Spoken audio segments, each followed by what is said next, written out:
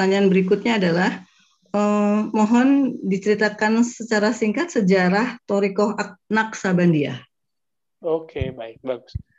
Thariqah Naqsabandiyah, jadi ada thariqah yang muncul di negeri Arab. Misalnya Naqsabandiyah, Qadiriyah, Syadziliyah. Itu pun Arabnya sudah di luar ya, Arabnya sudah jauh dari Hijaz. Lalu ada thariqah yang berkembang di kalangan ulama-ulama Ajam, ulama Parsi, ulama-ulama Turki, lalu ulama-ulama Uzbek.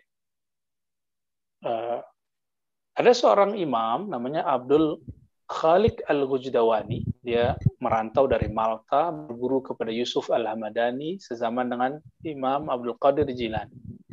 Dia merantau ke Uzbek, sampailah di kota Bukhara, kota yang dulu Imam Bukhari tinggal di sana. Mengajarkan zikir-zikir di sana, mulai dari zikir yang keras sampai zikir yang lembut.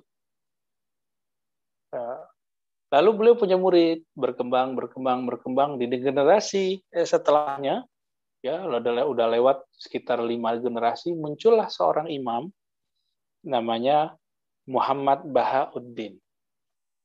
Imam Muhammad Bahauddin ini imam ahlu sunnah, ahli hadis juga sebenarnya, cuma lebih dikenal nanti sebagai ahli zikir. Dia berguru kepada Imam Mir Kulal. Saya pernah berkunjung ke wilayah ini semua, alhamdulillah. Sanad-sanad seperti ini kita pernah napak tilas lah, alhamdulillah. Mir Kulal ini masih zikirnya keras. Ba'da sholat, itu beliau zikir keras. La ilaha illallah, la ilaha illallah. Keras sekali, sangat-sangat keras. Lalu, setiap kali beliau berzikir, Imam Bahauddin itu keluar. Zikir keras, beliau keluar.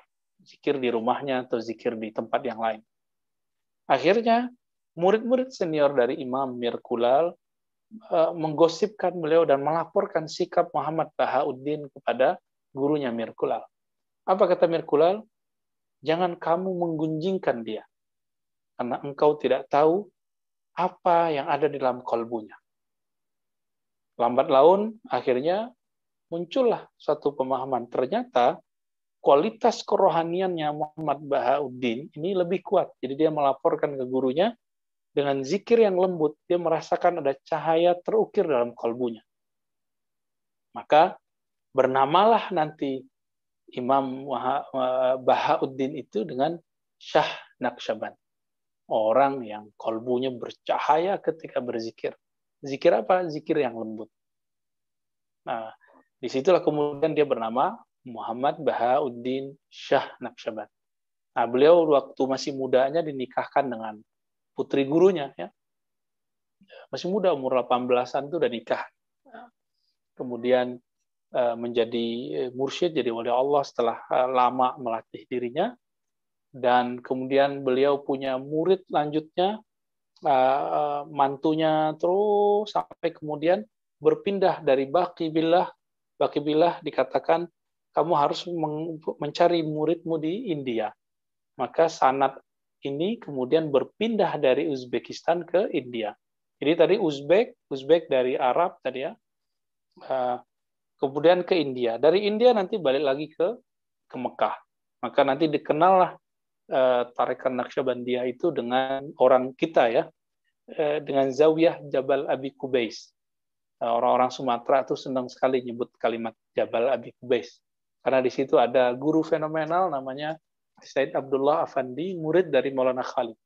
Maulana Khalid sendiri itu orang Baghdad, yang di Baghdad sendiri dia kemudian terlibat isu politik, akhirnya beliau pindah ke Damaskus.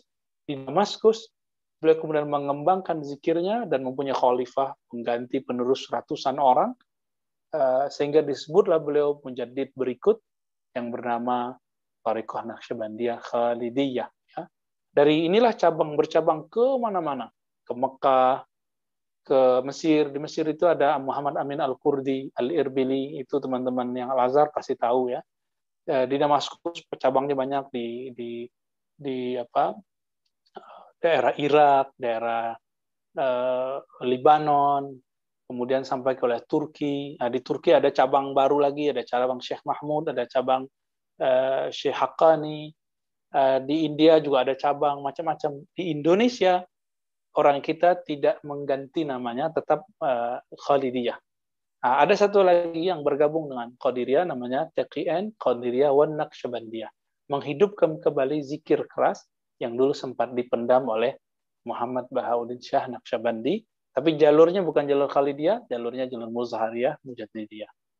Kira-kira begitu penjelasan singkatnya. Kalau jelaskan bisa 2 jam juga tuh ya.